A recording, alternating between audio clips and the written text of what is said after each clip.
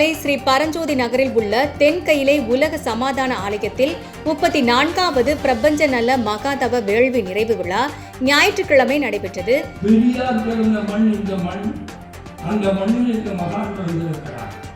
அதுதான் மகத்துவம். அற்புதமான முயற்சி எடுத்த அந்த தலைவர் அவர்கள் இன்றைக்கு இதில் உலக அமைதி தூதுவர் குரு மகான் அருளுரை வழங்கினார். இந்நிகழ்வில் சென்னை உயர்நீதிமன்றம் நீதிபதி நக்கீரன், பொள்ளாச்சி தொகுதி பாராளுமன்ற உறுப்பினர் சண்முக சுந்தரம், குரு மகா பீடாதிபதி பால பிரஜாபதி அடிகளார் ஆகியோர் கலந்து கொண்டனர். அடையாளப்படுத்தப்படுவது அவர்களுக்கு தான் தெரியும்.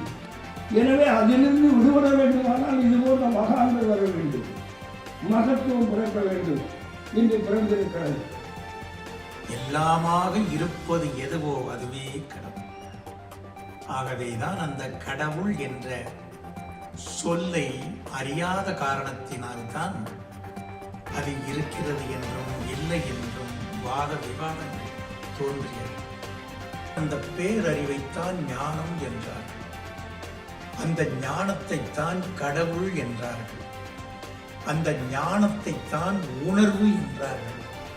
அந்த உணர்வைத்தான் நான் என்றார்கள். ஆகவேதான் அந்த இயற்கையை தவிர்த்து வேறு எதுவும் இல்லை, கடவுளை தவிர்த்து வேறு எதுவும் இல்லை.